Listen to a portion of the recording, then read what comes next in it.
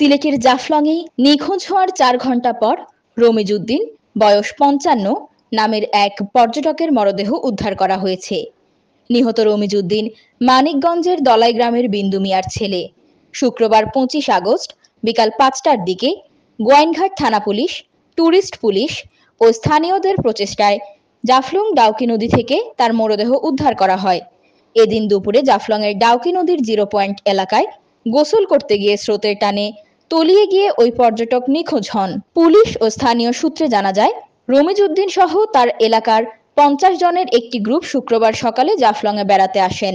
দুপুরের দিকে রমিজ গ্রুপের অন্যান্যদের সাথে জাফলংয়ের 0 পয়েন্ট এলাকায় নদীতে গোসল করতে নামেন। এক পর্যায়ে রমিজ স্রোতের টানে পানিতে ডুবে যাচ্ছে দেখে স্থানীয়রা বাকিদের উদ্ধার করতে সক্ষম হলেও রমিজ উদ্দিন পানিতে তলিয়ে যান।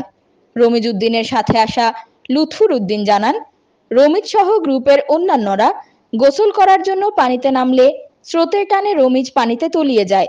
খবর পেয়ে জাফলং ট্যুরিস্ট পুলিশের পাশাপাশি থানা পুলিশ সদস্যরা ঘটনাস্থলে গিয়ে উদ্ধার তৎপরতা চালান।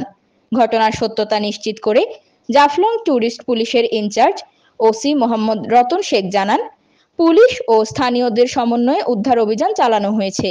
এ ব্যাপারে গোয়াইনঘাট থানার officer in charge KM Nazrul Islam বলেন, গোয়াইনঘাট থানা পুলিশের পাশাপাশি ট্যুরিস্ট পুলিশের পক্ষ থেকে পানিতে না নামার জন্য একাধিক সতর্কতামূলক সাইনবোর্ড টানানো হলেও তা আমলে না নিয়েই অনেক পর্যটক অতি উৎসাহী হয়ে নদীর পানিতে গোসল করতে নামেন।